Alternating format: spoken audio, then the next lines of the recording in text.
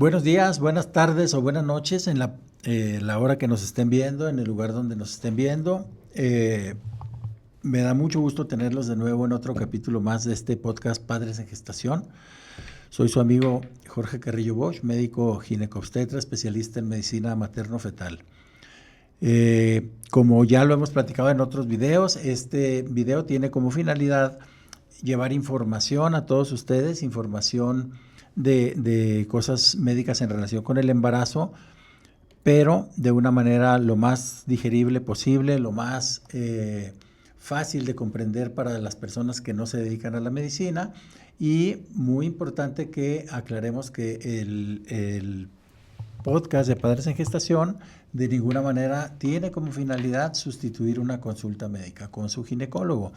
No es una consulta médica, ni tampoco quiere decir que los conceptos que vertidos en este programa sean la verdad o sean lo que se debe de hacer. Nada más es charlar con nuestros invitados, que siempre son excelentes, y poder enriquecer un poco más los conceptos que se puedan tener de salud y específicamente del embarazo, que sea accesible para todos ustedes. Esa es nuestra finalidad. Entonces, ahora tenemos un capítulo particularmente que me emociona, que me gusta, porque es un tema que siempre me ha parecido a mí muy apasionante, muy bonito, y que es el tema que además está ahora, pues hasta cierto punto de moda, con un concepto que ha surgido y que se escucha mucho, que es el embarazo en las etapas tardías de la vida reproductiva, y que se conoce ahora o se le dice mucho en el medio popular, embarazo geriátrico. Entonces, el embarazo geriátrico es embarazo en relación a la edad. Ya vamos a ver ahorita de qué edad estaremos hablando cuando lo platiquemos con nuestra invitada. Y entonces vamos a conocer a nuestra invitada de hoy, que estoy de lujo con la doctora. Ahorita vamos a pedir que se presente y espero que sea un programa que ustedes disfruten tanto como nosotros. Así que comenzamos.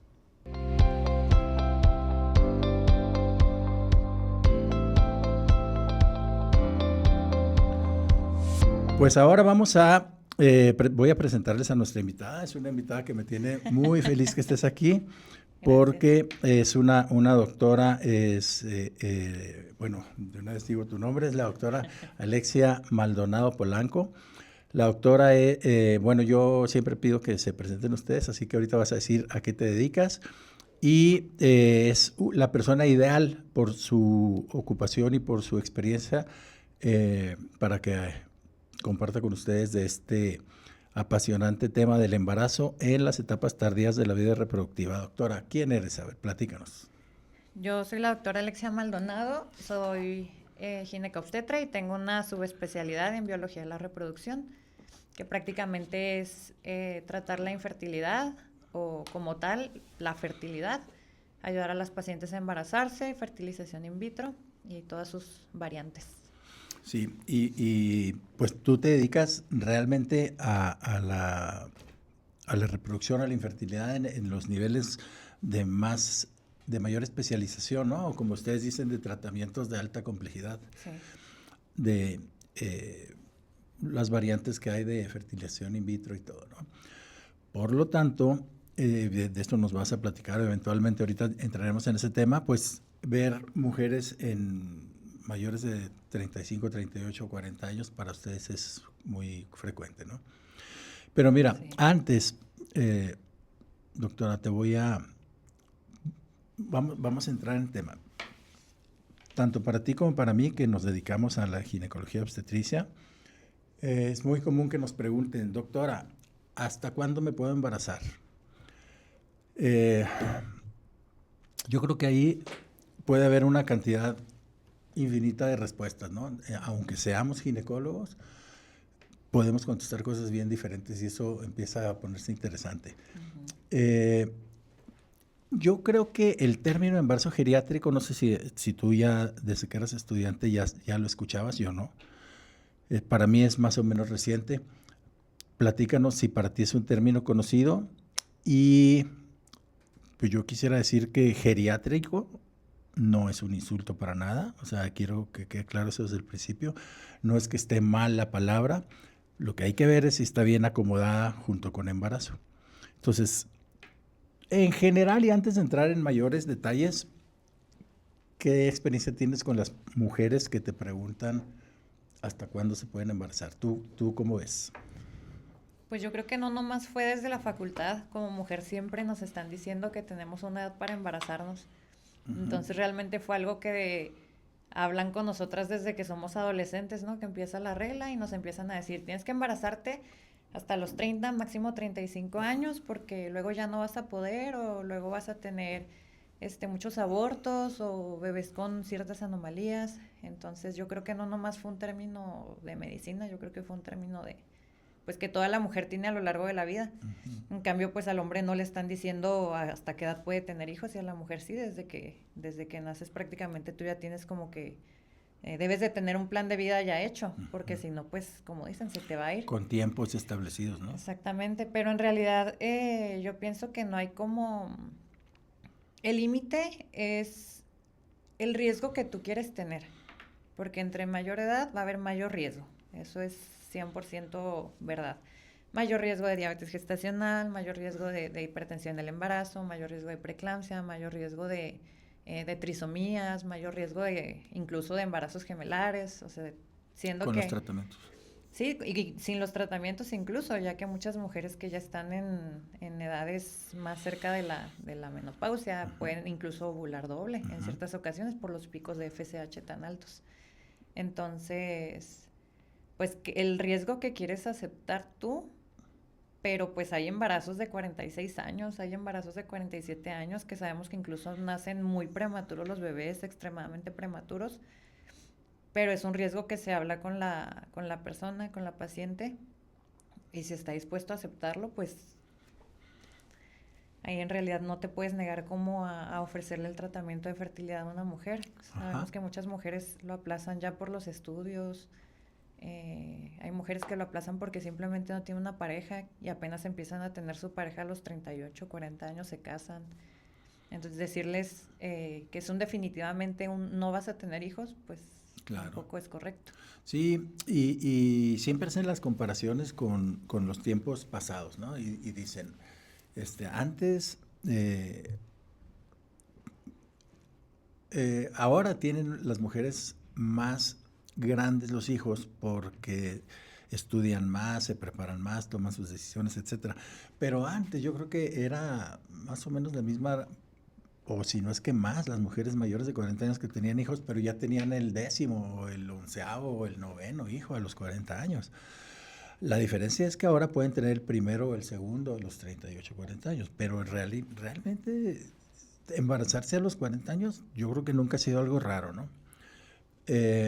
Pero, ¿cómo nos vamos a dividir en esa respuesta a la pregunta de que hasta cuándo se puede embarazar en los riesgos maternos y los riesgos fetales? Primero tú platícanos qué le estudias, qué le revisas, qué le preguntas, cómo perfilas desde el punto de vista de salud de la mamá, no de las consecuencias fetales, un embarazo. Mira, yo no sé tú qué pienses, pero a pesar de que el riesgo y el concepto es de los 35 años en adelante, independientemente de la palabra geriátrico o no, ¿para ti hay diferencia entre un embarazo mayor de 35, entre 35 y 40 o de 40 en adelante?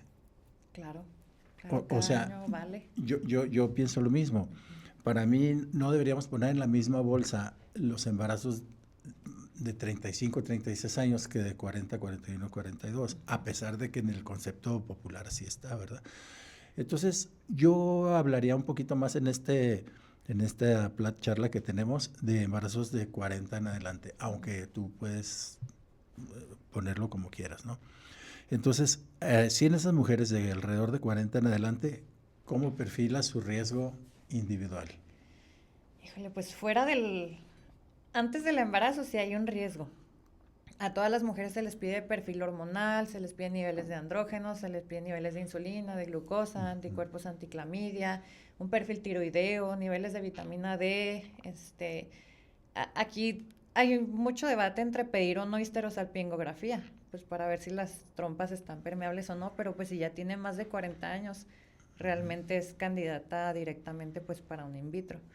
No hay imposibles, sí se pueden embarazar, porque luego les dicen, arriba de los 40 jamás te vas a poder embarazar sola, y no, sí hay mujeres que solitas se embarazan.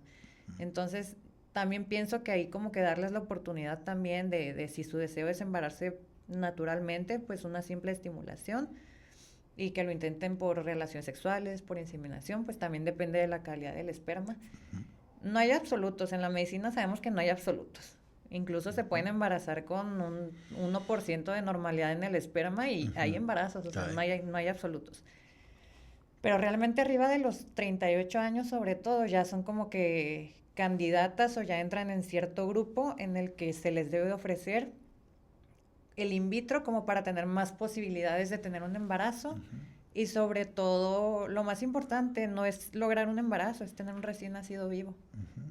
Entonces, si tú les ofreces un in vitro más la edad, muy probablemente también tengas que ofrecer el PGTA, que es un diagnóstico genético preimplantacional, porque pues si tú quieres un nacido vivo necesitas un bebé euploide sin anomalías como tal, con sus cromosomas normales.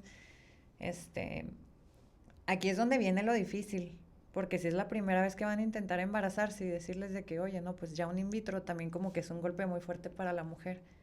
Por eso yo pienso que no hay absolutos, o sea, siempre hay que ofrecerle por pasitos o el esquema que más se le acomode, también porque pues es costoso, también estamos hablando de precios, aunque no sea lo correcto, pero sí se tiene que hablar de eso. Se le piden muchos estudios, entre ellos pues se puede pedir una histerosalpingografía en caso de que se intente un embarazo ya sea por inseminación o por coito programado, pero con una estimulación. Se pueden pedir más estudios, por ejemplo, a todas también se les debe hacer un cultivo vaginal para ver que no tengan enfermedades, no sé, candidiasis, vaginosis. Se les debe de tomar un papanicolao, se les debe de tener, pues si tienen más de 40 años, su mamografía, ultrasonido de mamas por las hormonas que vamos a utilizar en la estimulación, un ultrasonido de útero también, porque los miomas es cuando empiezan a mostrarse en la mayoría de las mujeres, que no tenga pólipos, que no tenga antecedentes de endometriosis, incluso la resonancia magnética. Se han tomado incluso, previo a la fertilización in vitro, biopsias de endometrio para ver que no tenga endometritis crónica. Hay que ver cuánto tiempo lleva de infertilidad, porque si nomás va a los 40 años a embarazarse por primera vez de primer intento, pues como tal no hay tanto problema. Pero si llega y dice, no, pues tengo 10 años queriendo embarazarme, ya me hicieron muchos estudios, ya me hicieron muchos laboratorios, ahí como que ya entras en algo que decimos como que la paciente ya está muy tocada por muchas personas y ya cuando llegan contigo ellas ya no tienen expectativas, ya preguntan todo, ya se informaron por internet, o sea, ya son pacientes más difíciles, la verdad. Y un paréntesis, porque está interesante que llegue una mujer de 40 años, o que tenga 40 años y que quiera embarazarse, pero que no tenga un diagnóstico de infertilidad, simplemente nunca en su vida se había dado la circunstancia o no lo había ella decidido o lo que sea, pero sin diagnóstico de infertilidad a una mujer de la misma edad, que ya ha intentado muchos, como dices, que ya llega muy manejada, etcétera, y no se ha podido embarazar. En el primer caso, ¿tú recomiendas que una mujer, por el hecho de tener 40 años o más, y acaba de decidir buscar un embarazo, para ella la mejor opción es con una especialista en reproducción? Claro. Gracias. De hecho, no te creas. De hecho, también uno de los diagnósticos es baja reserva ovárica por los niveles de antimuleriana. Aunque tenga 40 años y tenga niveles de antimuleriana de 2, sabemos que la tasa de recuperación de ovocitos o de embarazos euploides disminuye muchísimo. A ver, explícale a las señoras y señores que nos están oyendo qué es eso de antimuleriana y y poquito de los cromosomas.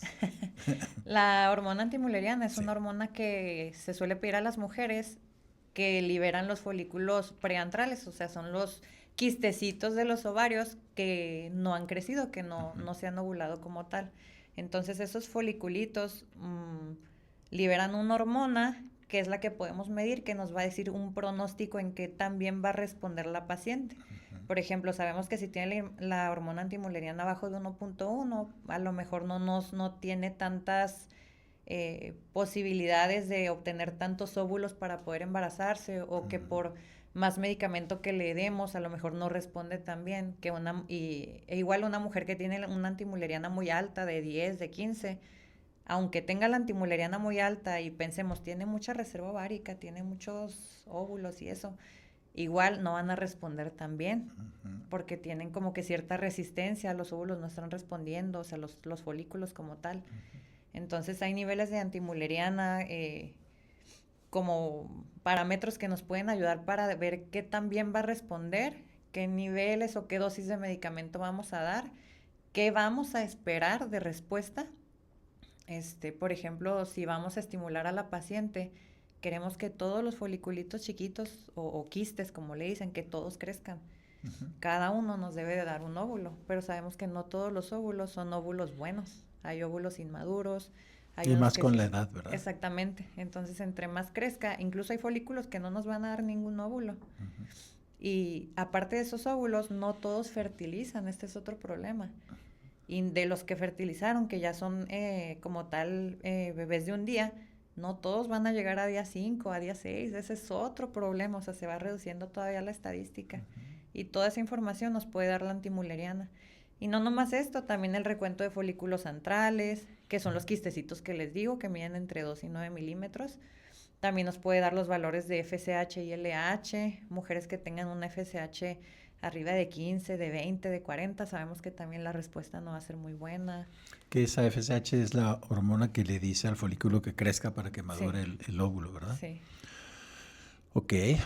Y entonces, ya en conclusión, estás hablando muy concretamente y muy a detalle de cómo tú, como especialista en reproducción, ubicas a la paciente en su posibilidad de embarazo.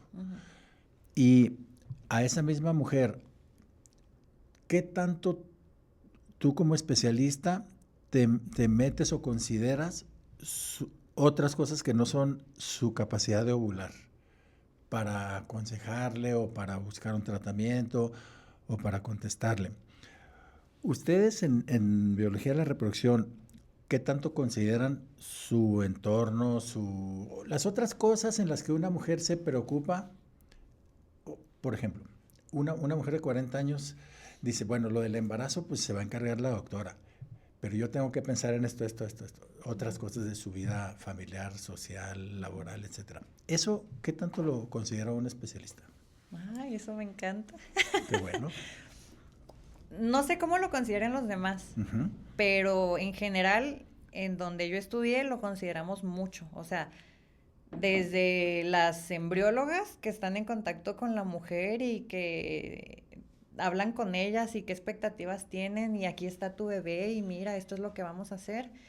Hay psicólogas que nos ayudan, hay psicólogas especialistas en pacientes con infertilidad, y cosas que muchas veces no se tocan: el ejercicio, la dieta, el estrés, el trabajo, el sueño.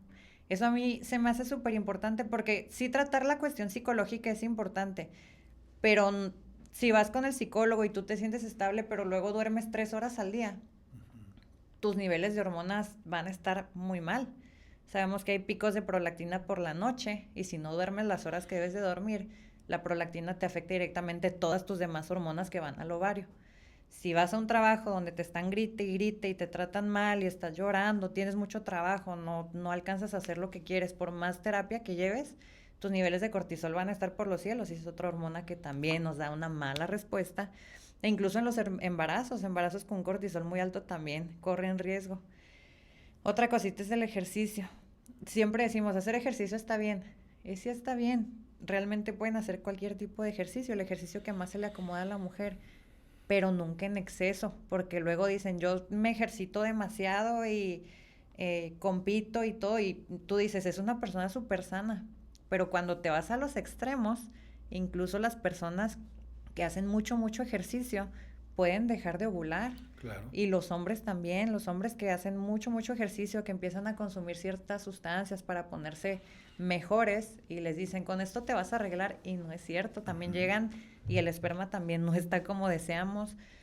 Otro factor muy importante es la alimentación. La alimentación, sabemos que las hormonas vienen del colesterol, entonces el colesterol pues viene de la alimentación. Todo lo que coma la persona va a influir en la respuesta que nos vaya a dar. Y no es una respuesta inmediata, es lo que consumió desde 3 a 6 meses antes. Incluso siempre, yo sé que nos estamos enfocando mucho a la mujer, pero un 50% es el hombre. Entonces, también lo que haga el hombre va a influir mucho en el esperma. Está un poquito más fácil. Lo que yo siempre digo, evaluamos a la mujer, evaluamos al hombre. Cuando la mujer sale algo que no estamos tan bien, sabemos perfectamente cómo arreglarlo. Cuando al hombre vemos algo que no está tan bien, es un poquito más difícil y más tardado arreglarlo. Entonces ya en conjunto, si las dos partes no están como deseáramos, que ya tiene muchos factores que influyen, cada vez la ponen más difícil y más difícil. Y muchas veces vienen con nosotros pensando que se van a embarazar en un mes o que se van a embarazar en 2 meses. Y la expectativa es, bueno, si intentamos una baja complejidad, sin un in vitro, máximo 6 meses. Incluso a los 40 años, 6 meses se me sigue haciendo como que un poquito largo. Y cuando intentamos, por eso se les debe de ofrecer un in vitro como entrada, ¿no? Bueno, no tal como entrada, o sea, hay que ver también por todo lo que ha pasado a la paciente, porque a lo mejor ya llegó contigo con estimulaciones previas de alguien más. Entonces, aquí te metes en un problema en que, ¿qué le ofrezco? ¿Cómo están? Tengo que volver a estudiarlos porque los estudios que me traes son de hace un año. O sea, hay muchas variantes, todo es tiempo, el tiempo. ¿No? Y luego, otra cosa que muchas veces no vemos es las pruebas de embarazo. ¿Cuántas pruebas de embarazo no se han hecho? ¿Cuánto gasto han tenido en cada prueba de embarazo? Cuando salen positivas y luego de repente que se pierde el bebé, el gasto que hacen en las vitaminas. Aquí es paréntesis algo rápido. Tengo un video de pruebas de embarazo, para que también lo vean ahí, y de lo que está diciendo la doctora tiene mucho que ver. Tengo uno que se llama ¿cuántas pruebas de embarazo me tengo que hacer? Perdón. Sí, no, y el gasto que hacen en las vitaminas, tanto de la mujer como del hombre. Entonces, siempre dicen, es que están muy caras. Tener un bebé es caro, y cuando nace es más caro, y meterlo a la escuela es más caro todavía. Entonces, si tú sabes que corres un riesgo de que pueda salir algo mal, tienes que tomar las vitaminas, tienes que llevar el tratamiento y todo cuesta. O sea, aquí sí estamos hablando de pues, las ligas mayores, ¿no? Dentro de la reproducción. No es lo mismo una paciente de 30 años que una de 40 años. Así es. Y otra cosa, doctora, bueno, otro tema que es muy ligado a esto y muy apasionante, muy bonito, que también tenemos un video aquí, es la epigenética. Cómo eso que dices de los niveles hormonales, la nutrición, el ejercicio, no nada más son un factor a considerar para que se embarace, sino una vez embarazada, para la salud del feto y del niño, ya, porque eso, muchas cosas influyen epigenéticamente para el resto de su vida. Entonces ustedes empiezan a aconsejarles desde ahí. No, y ahorita que anda de moda los medicamentos, el tirzepatide, la semaglutida, la liraglutida y todo eso, sí se embarazan un poquito más rápido aquellas mujeres que bajaron mucho de peso. Pero no hay estudios a largo plazo que nos demuestren que no van a hacer daño. Entonces, siempre recomendamos suspender los 2 meses antes y luego ya que intenten embarazo. Es tiempo perdido también estos meses. Sí, bueno, no sé si perdido, porque puede ser que les esté resolviendo un problema, pero sí es un tiempo por lo menos invertido que sí va a contar a la hora de buscar el embarazo junto con todos los demás factores, ¿no?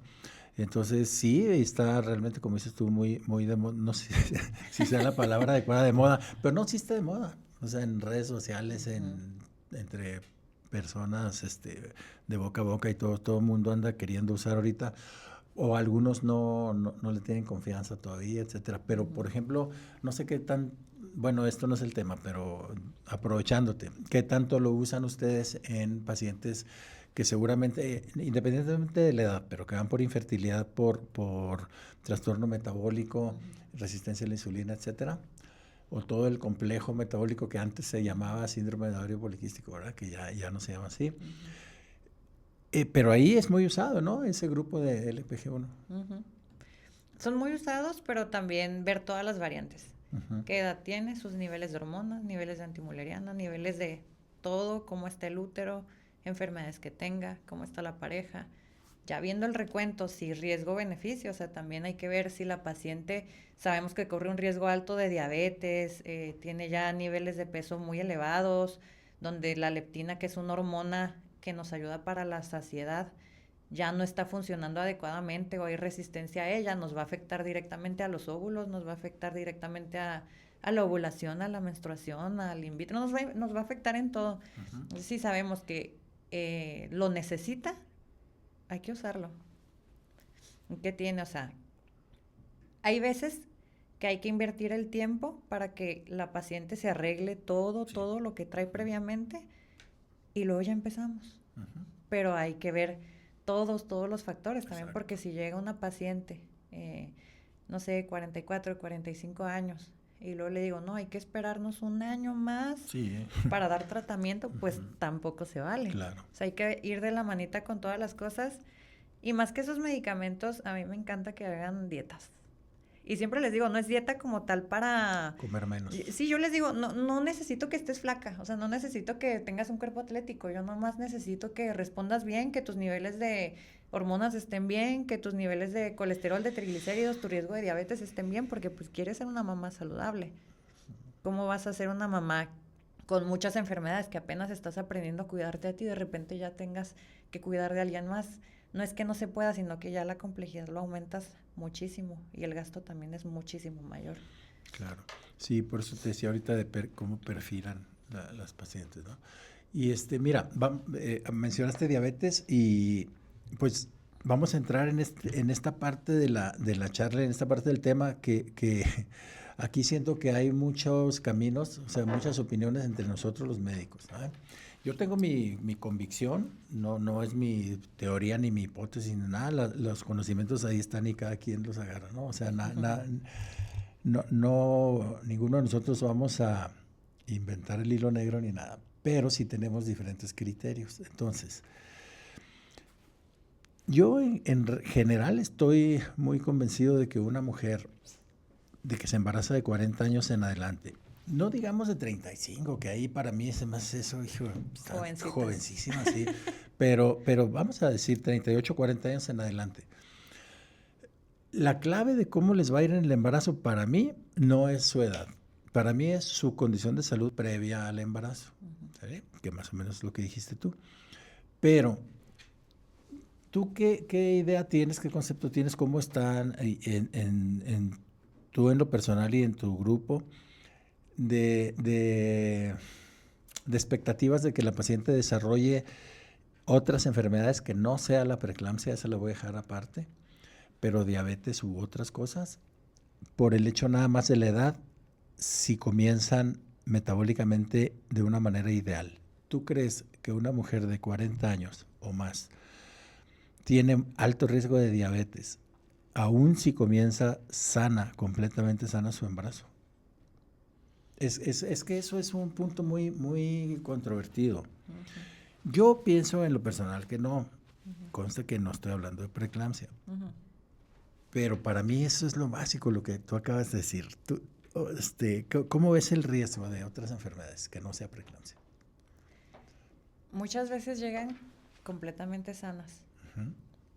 Pero a sus 25 años a lo mejor tuvieron o les dieron el diagnóstico de síndrome ovárico, poliendocrino metabólico y técnicamente se curaron. Pero desde ahí ya tenían un alto riesgo, una predisposición metabólica. Igual, ya llegaron contigo a los 40 años súper controladas, súper bien, pero su mamá es diabética, su abuela es diabética, toda su familia es diabética, pues también aquí hay componentes genéticos. Igual, no digo que todas van a tener diabetes, ¿no? Y muchas veces se pueden embarazar en las mejores condiciones y luego dicen, voy a comer por 2 porque somos 2. Sí, bueno. Eso es otra cosita. Sí. Entonces yo creo que no hay que como decir que tienes 40 años vas a tener diabetes. Pues no, o sea, sabemos que el riesgo de muchas cosas está hecho. Es como salir a la calle y el riesgo de que choques, pues va a haber. Pero estigmatizar a una persona nomás por la edad no se me hace correcto. Si la paciente viene sana, probablemente sus expectativas sean muy buenas. Sí, y muchas veces porque tienen menos, porque tienen 28, 30 años, no se les hace el mismo énfasis que se le hace a una de 40 cuando esta paciente tiene sobrepeso o ha tenido ese síndrome metabólico por años, ha tenido tratamientos y como que por la edad se le perdona, se dice, bueno, está bien, pero estás joven, te va a ir bien. Entonces ahí creo que tendríamos que hacer por lo menos el mismo énfasis, el mismo trabajo que se hace con las mayores de 40, ¿no? Y tengo la percepción de que no los médicos, sino las pacientes, no les preocupa tanto por el hecho de que son muy jóvenes, aunque sean obesas o tengan esos mismos antecedentes familiares de diabetes, ¿no? Entonces, el cómo comienza en el embarazo puede ser, el cómo comienza el embarazo de su salud, muy, muy a fondo, puede ser mucho más relevante para el resultado que la edad, creo. No, incluso muchas veces llegan y luego piensan que se van a embarazar en 1 mes, 2 meses, 3 meses, pero en realidad en las mejores condiciones, en las mujeres en la edad más fértil, la probabilidad de embarazo es de 25% por ciclo. 25 a 30% por ciclo, si me estoy yendo bien buena onda. Entonces, ya cuando le metes la edad y luego que metes sobrepeso, obesidad, y luego que todavía le agregas, no sé, endometriosis, miomas, pólipos, o sea, le vas agregando cosas, entonces ese 25% empieza a bajar 20, 15, 10, y todas esas probabilidades pueden llegar incluso hasta un 3, 4%. Igual, repito, no hay imposibles, pero ya las probabilidades son muy bajas. Y ahí es donde tienes que ver todo el contexto, porque siempre piensan que se van a embarazar bien rápido, que porque la hija de no sé quién, a la primera, pues sí, o sea, es mera probabilidad, uno no sabe cuándo le va a tocar. Igual, si tú tienes el 3 y 4% de probabilidades y te embarazas a la primera, pues qué buena suerte tuviste, la verdad. No hay imposibles, pero sí es más difícil. Sí. Oye, y respecto a lo del diagnóstico, bueno, vamos a entrar ahora un poco en la parte fetal, ¿no? Ya hablamos de lo que implica para la mamá. Ahora cuéntanos cómo orientan, ya mencionaste el diagnóstico preimplantación, ¿cómo orientan a la paciente? ¿Cuáles son sus conceptos en biología de la reproducción? Platícanos qué es eso del término de la eugenesia, si aplica o no aplica. ¿Cómo aconsejan a la pareja cuando la mujer tiene más de 40 años respecto al riesgo de cromosomopatías y qué opciones? Todo ese panorama, platícanos. Bueno, hay muchas tablitas que muestran, por ejemplo, tú estimulas a una mujer. Estimular es darle medicamentos para que cada uno de esos folículos que tienen un óvulo crezcan. Entonces, digamos, estimulas a una mujer y sacas 10 óvulos o 20 óvulos. El 80% son los que van a ser los que te sirvan, los metafase 2. Digamos que de 10 te quedaron 8, pero de esos 8 solo va a fertilizar un 75%, entonces quedan aproximadamente unos 6. Pero de esos 6 no todos van a llegar a día 5, digamos que quedan como 3, ya tienes 3 embriones día 5, pero luego ves la edad de la paciente, que está entre los criterios para ofrecer un diagnóstico genético, la edad de la paciente, la morfología o la normalidad según los criterios de Kruger del esperma, los factores de riesgo que tengan. Entonces, de estos 3 embrioncitos que te quedaron, se les ofrece un diagnóstico genético preimplantacional. Hay de aneuploidías y hay de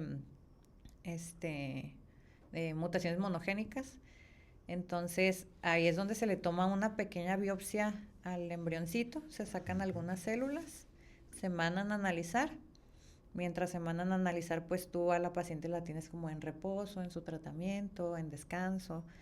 En lo que llegue el resultado, depende de la edad, puede ser que de esos 3 embriones que tú tienes, ninguno sea genéticamente normal. Entonces ninguno pues se lo puedes poner, hay que volverle a estimular y volver a empezar desde cero. Si uno de esos es normal, es el que tú vas a ofrecer para ponérselo. Y luego aquí viene una controversia, si uno es mosaico. Si uno es mosaico... A ver, diles qué es mosaico. Mosaico es cuando tienen ciertas células con su genética normal y ciertas células con su genética anormal. Entonces está como unas sí, unas no. Entonces, tienes que mandar a la paciente con un genetista para que le explique qué riesgos puede haber en base a lo que salió en el resultado, cuáles son las expectativas a futuro, qué se espera de ese embrión en caso de que sí fertilice, bueno, de que sí se implante, perdón. Entonces, digamos, muchos bebés o embrioncitos cuando se implantan, aunque sean mosaico, hay un como sistema de reparación, o sea, es mágica esta parte, hay un sistema de reparación donde incluso nacen completamente normales. Pero hay cierta parte que necesita apoyo genético que sabemos que no van a salir como tal completamente normales, euploides como tal. Entonces este es como un tema de debate en ¿se lo transfieres, no se lo transfieres? ¿Qué hacen con eso? Igual, aquí yo ahorita hablé de sacar 10 óvulos, de los cuales solo quedaron 3 embrioncitos, y estas son las estadísticas de mejor expectativa como tal. Entonces, de estos 3 embrioncitos, si no sacas nada, y luego la vuelves a estimular y sacas lo mismo, y los vuelven a biopsiar y no sacas nada. Entonces, a una mujer de 40 años tienes que tener aproximadamente unos 10 embriones para tener uno normal. Y si yo estoy diciendo que según estadísticas de 10 óvulos nomás tenemos 3 embriones, pues la tienes que estimular hasta 3, 4 veces. Cada estimulación cuesta, cada estimulación tiene riesgos.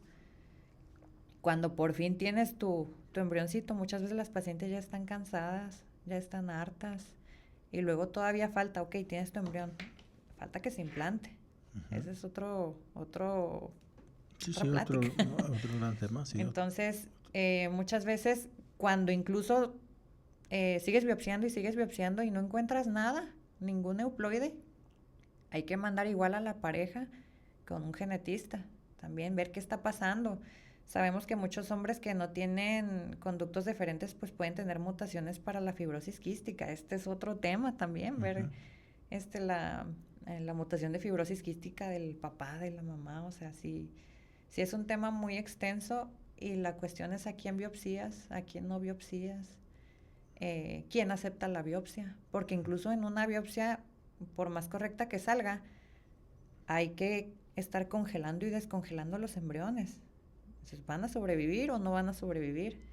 Porque a lo mejor tú biopsiaste uno y salió euploide, pero lo descongelas y ya no sobrevivió. Bueno, y ya, siguiendo ahora ya o más bien retomando el tema de edades.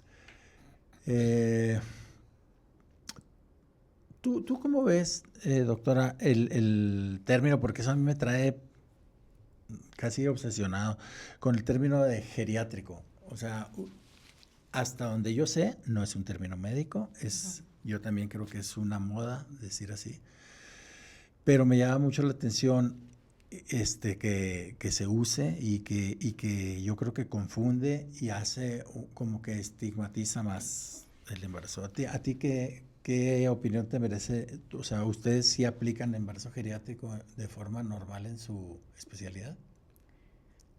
Personalmente, no lo hago, pero sí usamos cierto término como edad materna avanzada, pero más bien no nos enfocamos mucho en eso, la verdad es que no. Usamos más en caso de baja reserva ovárica, pero sabemos que hay mujeres que van a tener buena reserva. Claro. Incluso hay mujeres jóvenes con baja reserva, entonces la verdad no solemos hacer eso. Y de todos los biólogos que yo conozco, no he escuchado ninguno decirme de que va a ser geriátrico ni nada de eso. Yo también creo que es más como algo impuesto. Sí, exactamente. Para que las personas que nos escuchan no se vayan a quedar con la idea que es un término médico, ¿no? Es un término como de moda, yo creo. Como es una manera de simplificar demasiado un montón de eventos que puede pasar en un embarazo y así nada más como, no, pues es que es geriátrico. Pero, pues geriátrico se refiere, repito, sin que sea algo malo, ni de ninguna manera es denostativa la palabra geriátrico, pero sí se refiere a adultos mayores, ¿no? Y La OMS dice que adultos mayores somos los... Yo estoy en los adultos mayores de 60 años. Entonces, ¿por qué decir geriátrico en una mujer de 36 años? Me parece pues ridículo. Jovenazas. Sí, entonces, en general yo creo que no deberíamos usar el término de embarazo geriátrico. Ahora, ya en general, independientemente de cómo empezaron el embarazo y lo que decíamos ahorita de si qué grado de salud tenían o no, en las pacientes de 40 o más, ¿en qué orden pondrías tú las complicaciones que observan ya en la práctica? ¿Previo al embarazo? No, ya embarazadas. Si desarrollan preeclampsia, diabetes, etcétera. Pues la mayoría de las mujeres arriba de los 40 años desarrollan problemas como hipertensión en el embarazo, algunas preeclampsia, en el bebé restricción de crecimiento, incluso bebés grandes para edad gestacional, macrosómicos, diabetes gestacional. Realmente aquí yo me voy más a problemas como tal de la placentación, más asociado a estados hipertensivos del embarazo, lo que abarca todo como hipertensión gestacional, preeclampsia, restricción de crecimiento. Sí. Yo me inclino más por ese lado porque es lo que más he observado. Incluso, aunque sean embarazos espontáneos, tienen más riesgo. Y cuando son de in vitro, aquí depende de la técnica que usas. Porque si haces ciclos completamente artificiales con puras hormonas, sustituidos con pura hormona, tienen incluso un mayor riesgo todavía. Si haces ciclos más naturales, con pocas hormonas, dejando que la paciente vaya respondiendo solita, tienen un poquito menos riesgo. Pero aquí también yo pienso que influye mucho. A mí me encanta que vayan con maternos fetales, como usted. Yo pienso que aquí es un manejo multidisciplinario porque muchas veces quieren quedarse con una sola persona y no es lo correcto, por eso existen las subespecialidades, o sea, no por nada existe cada rama de la ginecología. Entonces, si son mayores de 40 años y además fueron por reproducción asistida de cualquier tipo, baja, alta complejidad, o embarazos espontáneos, todas deberían de ir con el materno-fetal, porque desde ahí ya se están viendo los riesgos a futuro.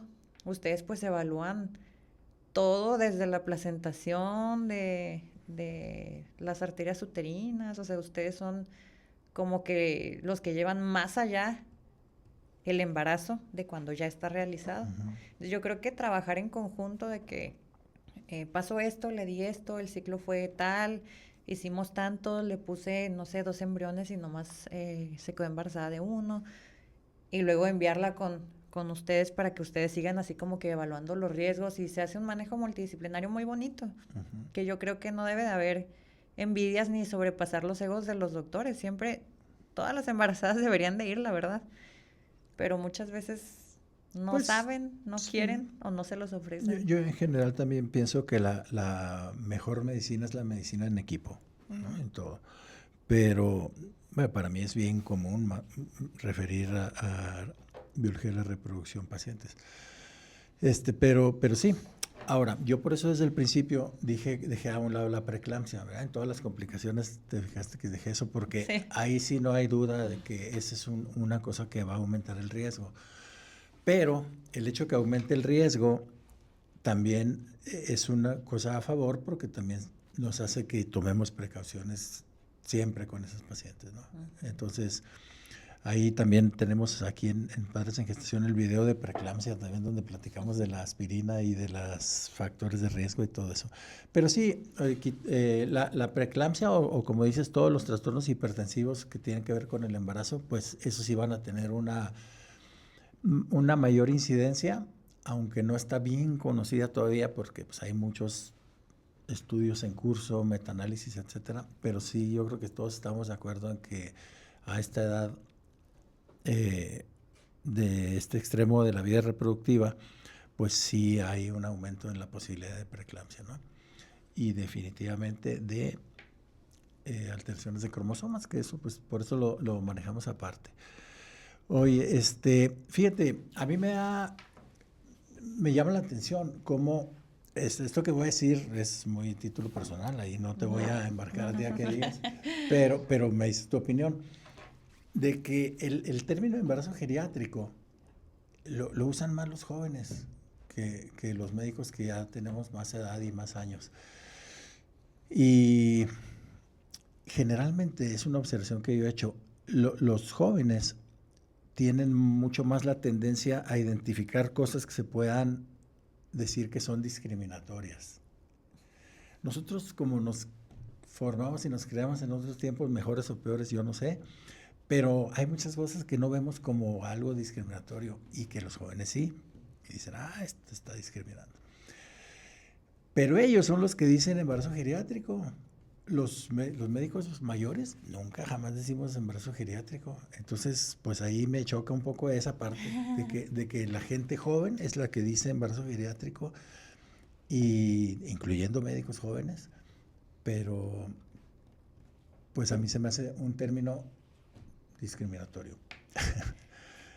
Yo pienso que ahorita está de moda la juventud, ¿no? Ya todos quieren quedarse jóvenes, ya todos se usan todo, se llenan de cremas, se ponen botox, se hacen de todo ya para la juventud eterna.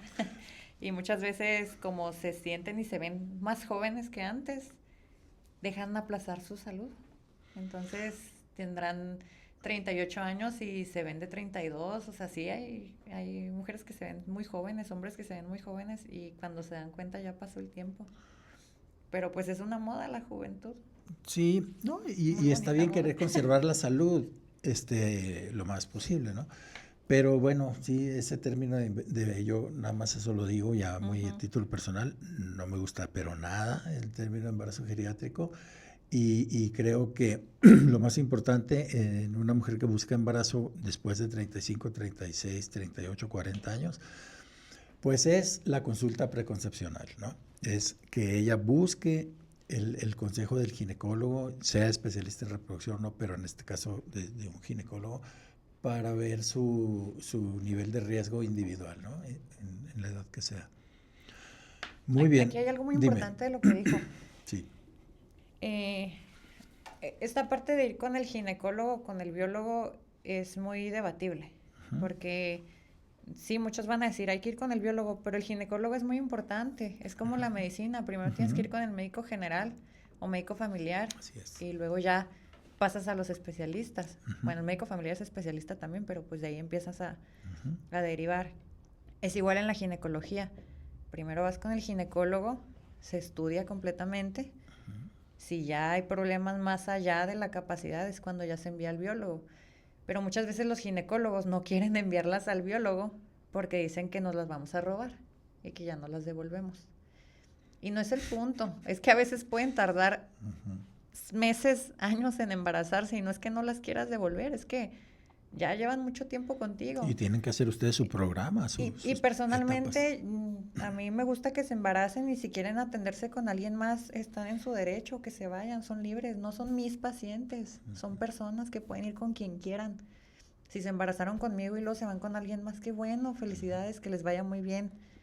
Pero muchos ginecólogos no las mandan y ahí las tienen, a veces incluso sin hacer estudios correctamente como se deberían de hacer, o con tiempo desperdiciado, nomás por el miedo a perder a sus pacientes. Pero a mí me dijeron una vez, los pacientes no son de nosotros, no son de nadie.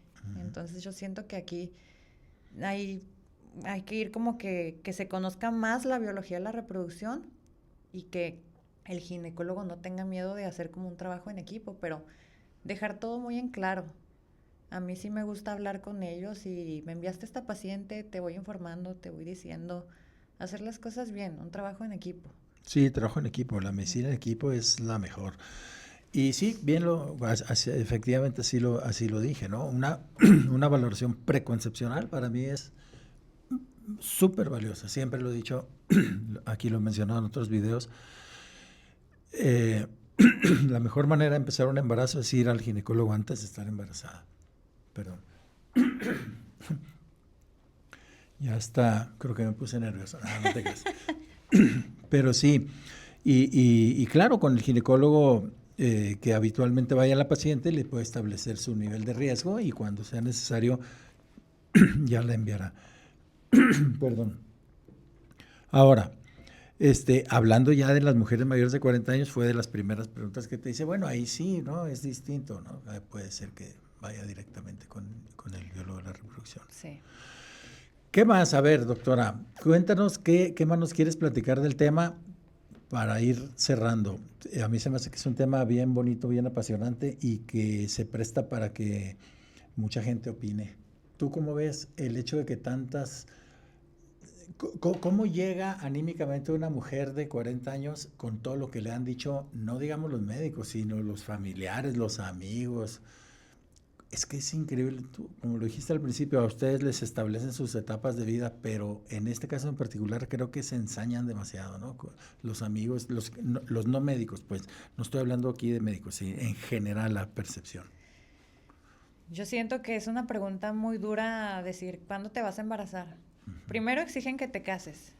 Y si no te casas y te embarazas, ¿y cuándo el siguiente? Siempre te están apurando, o sea, siempre te están apurando. ¿Cuándo te vas a embarazar? Y luego por fin te embarazas, ya cumples las expectativas, ¿no? ¿Y cuándo es el siguiente? ¿Y cuántos vas a tener? Y si fue niño, ¿y cuándo la niña? Y si fue niña, ¿cuándo el niño? Y luego, si todavía no te embarazas, no puedes embarazarte, no vas a ir gritando por el mundo. Ay, ya tengo 3 meses intentando y no puedo. Claro que no, porque te van a estigmatizar como una persona enferma. Entonces, algo tiene y siempre le echan la culpa a la mujer, claramente. Es que ve a estudiarte, ve al ginecólogo. Bueno, pues también que vayan los dos, ¿no? Hombre y mujer. Aquí los biólogos de la reproducción también vemos parte del hombre, porque luego el hombre no quiere ir, que porque solo es de la mujer, ¿no? También estudiamos para ver cierta parte del hombre y ya después complementamos con el urólogo.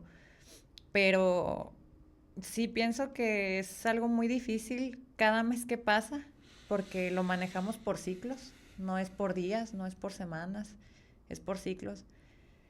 Cada mes que pasa es un mes de estrés, cada prueba negativa es un estrés, y luego si sale positiva y se pierde, es otro problema, es otro estrés, y que te estén preguntando, ¿y cuándo? ¿Y cuántos intentos llevas?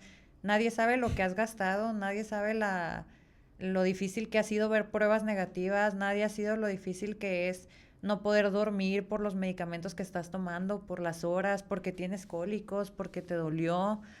Nadie se da cuenta de todo por lo que estás pasando. E incluso muchas veces pienso yo que en la consulta como doctores hay veces que andamos muy apurados y que queremos hacer las cosas muy metódicas, pero pues no estamos tratando con laboratorios ni con estudios, estamos tratando con personas.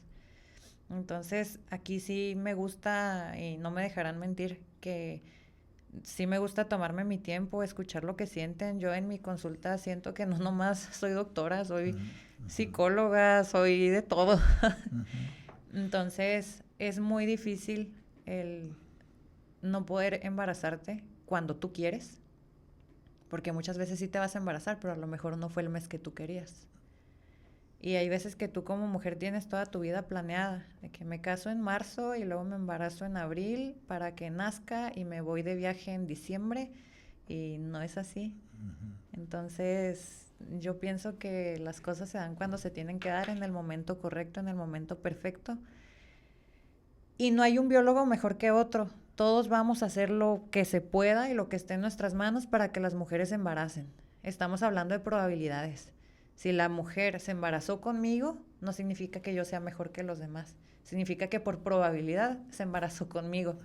Pero si una paciente mía se cambia con alguien más y tampoco se embaraza y luego se cambia con alguien más y ¡pum!, se embarazó, no significa que sea el mejor de todos. Significa que por probabilidades ya quedó, porque todos vamos a hacer exactamente lo mismo. Todos queremos el mismo objetivo, un recién nacido vivo.